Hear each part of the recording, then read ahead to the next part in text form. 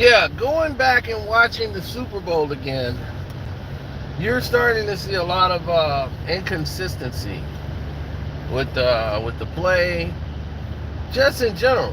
You know, you want to always make sure. And I want to say thank you to everybody that support One Crack News. You know, uh, definitely shouts out to you guys. Hit the like button, subscribe if you're new here. The Patreon is Carcino for life. Yeah, it was a lot of inaccuracies that happened today that was very baffling to the rest of us. Going back and watching some of the game again, and yes, there were calls that were blown, but you can't really blame the Kansas City Chiefs on this one. This one was more the 49ers losing it than Kansas City winning it. They had it and gave the game away. And I don't care about, Juicehead got held on one play. And it was a big play to Kelsey. But it really didn't matter that much to me. But it kept their drive alive. He would have got to Mahomes if they didn't, if they didn't clothesline him and hold him. But still, that's beside the point. Now let's get to the main point here. Roger Goodell. Roger Goodell is, and always has been, a very powerful force within the industry. And what Roger Goodell brings to the table, most people don't bring to the table on an average night. So when you see things that are being done that doesn't make sense to you, don't kind of add up, or, it just don't register, you're going to want to ask yourself a question. Why? Why doesn't this add up? Why doesn't this make sense to me? What is the problem here? Those are the factors that you want to kind of register when you're dealing with said situation. Now, the Tom Brady Super Bowl, everyone thought no one would ever top that against Patrick Mahomes. It was going to be record-breaking, and it did. It was one of the top grossing Super Bowls.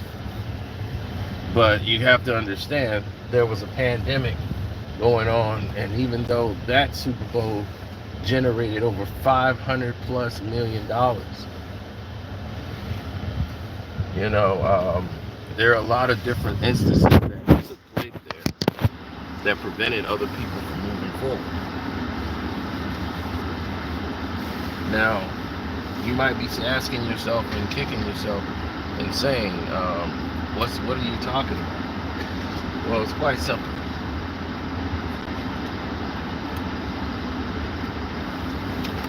Last year's Super Bowl with the Eagles and Kansas City,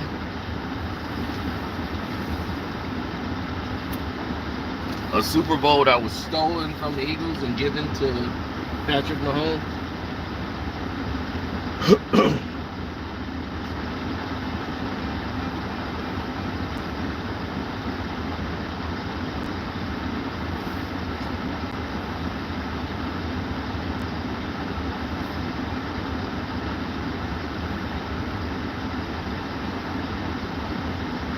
That Super Bowl generated $660 million.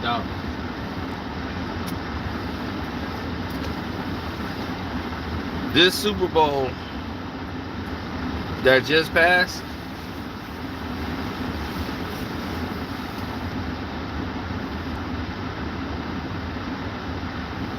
is going to eclipse it.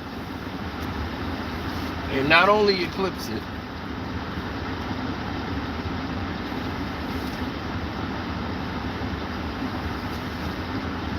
it's going to eviscerate the numbers in great detail.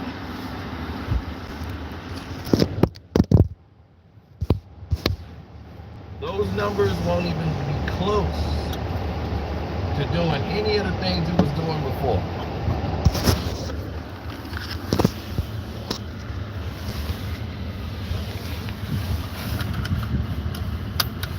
We're talking about $765 million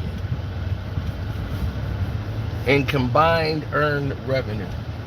Somebody's saying it could get up to 800. That's how huge this Super Bowl was. As far as generating money, putting it in Las Vegas, it was huge. They upcharged everything, and people paid through the goddamn nose. And you want to know why?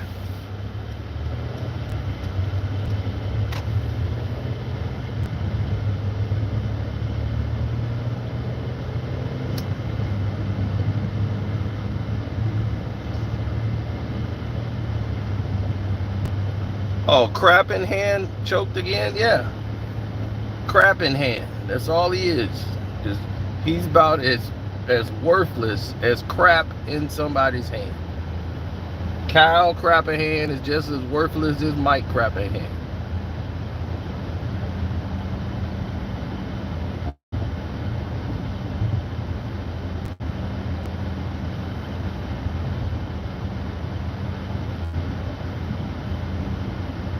Blew the game again by throwing the ball too damn much with a third string quarterback.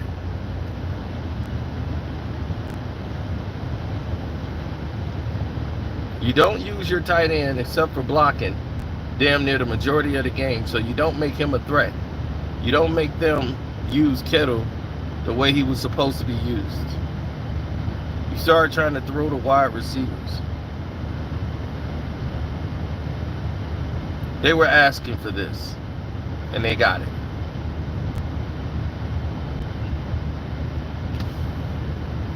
I assumed it was a little bit strange when I didn't see certain plays called that I've seen before. I know in the Super Bowl, everybody wants to try a new wrinkle, to fool the defenses. But the same play the Chiefs ran to win the Super Bowl the year prior, they ran the same damn play. And they run this play about 3-4 times with time into it when Mahomes got the option. Do I run or do I pass?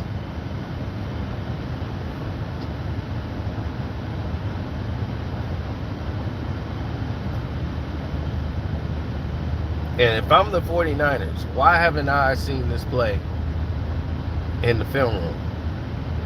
If this is a play they use in the Super Bowl to win damn near 3 Super Bowls, why the hell, and they ran it in the game consistently, why the hell are we not prepared for this?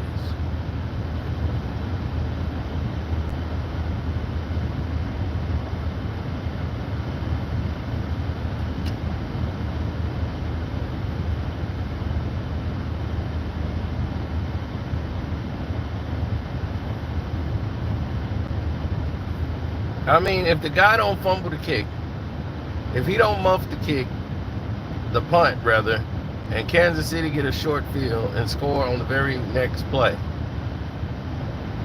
after just getting a field goal, well, not even a field goal, they just had to punt.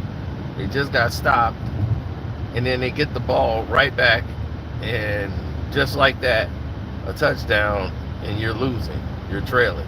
You give up 13 straight points to a team that wasn't really moving the ball. Your defense was keeping them in check and holding them to field goals. Now, your defense is on the field the entire third quarter.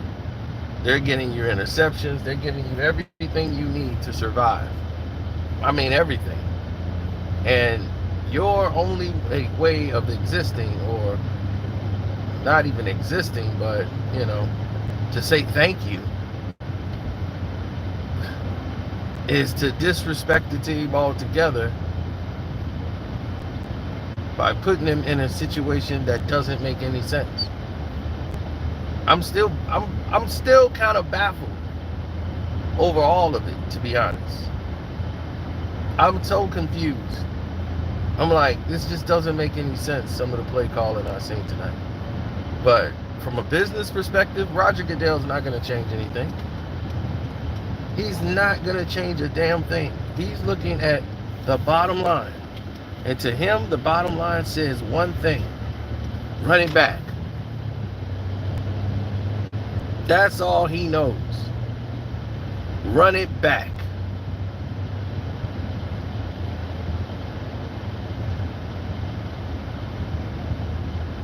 Keep doing it. Keep Patrick Mahomes back in the Super Bowl. That's what we do. We're in the Patrick Mahomes business. And business is booming. Brady's gone. We got our new Brady. We're going to keep pushing that new Brady. And Patrick Mahomes is an awful quarterback. He's awful. And I'm just like, okay, he has a strong arm, but he just can't make certain throws. And he's proven once again that, he's limited. But look at what he was going up against. A third-string quarterback. And Purdy, who's definitely a game manager. And doesn't have a strong arm. But he's overthrowing guys. He's not an accurate passer. And I've tried to tell people countless times, but they just didn't want to listen.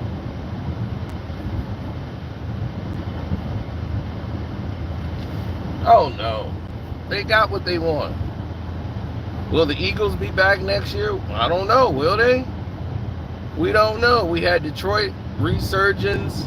We had a lot of things happen this season that normally didn't happen. Three-peats? They almost impossible.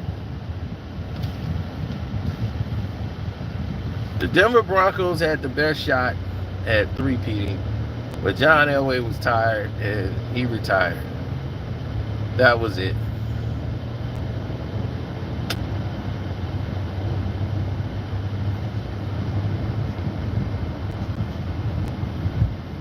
We were supposed to have the Vikings versus the Denver Broncos that year, and we didn't get it.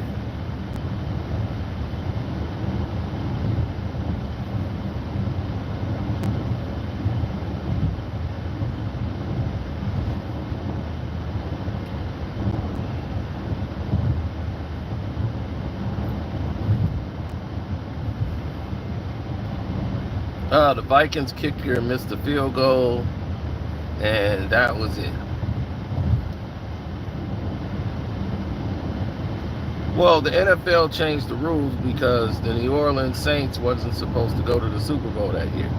It was supposed to have been Brett Favre and the Packers going up against Peyton Manning in the Super Bowl. But it was like 8 fumbles in the game.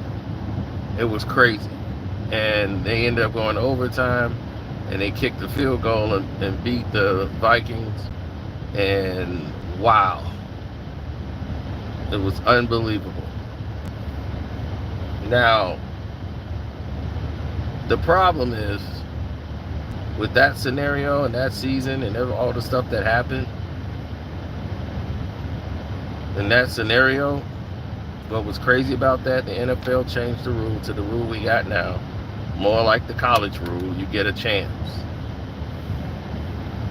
And tonight we got to see the Super Bowl rules that even if you score a touchdown, the game ain't over. You're going to basically play, so the other team going to have to get a shot regardless.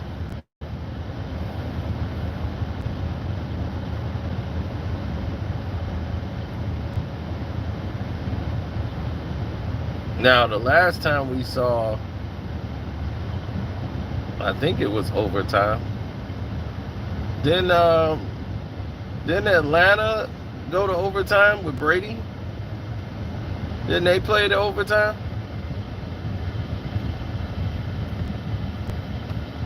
Atlanta and New England? When Brady beat them with the biggest comeback in Super Bowl history?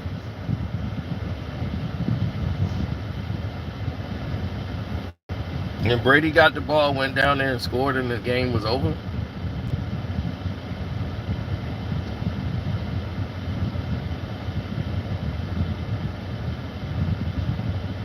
That is the rule for the Super Bowl now.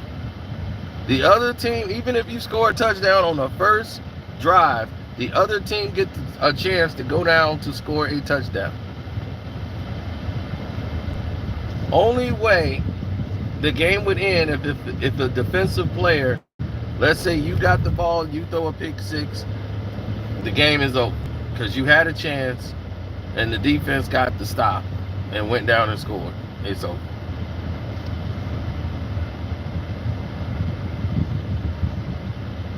Of course he did.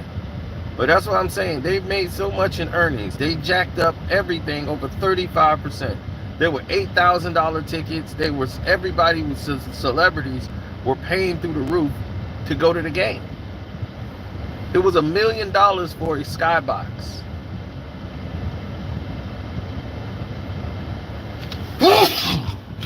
So it was just celebrity Super Bowl.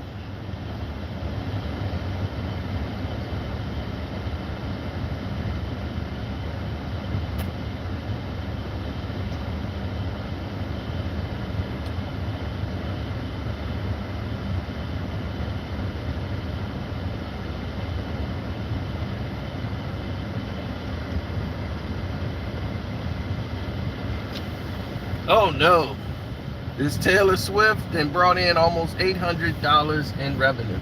Right now, I think it was at 760 something million. It's gonna probably eclipse over 800 million and be the highest grossing Super Bowl in history. They marked up everything. Coca-Cola, mark it up. It was $6, now it's $8.95. They're marking everything up. You're not getting away with nothing. They charging you for water. They charging you for stuff that's basic.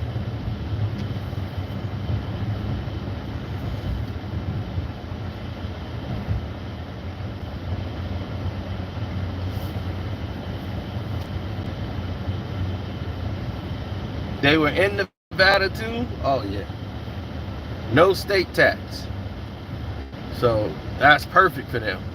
Nobody has to pay a state tax on all of this high influx of cash that they're generating. So figure that out. Keep telling me where that makes sense. Let me answer that for you right now. It don't.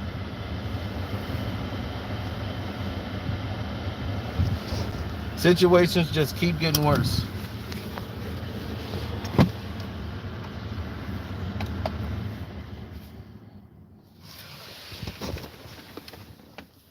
Well, I'll tell you this much.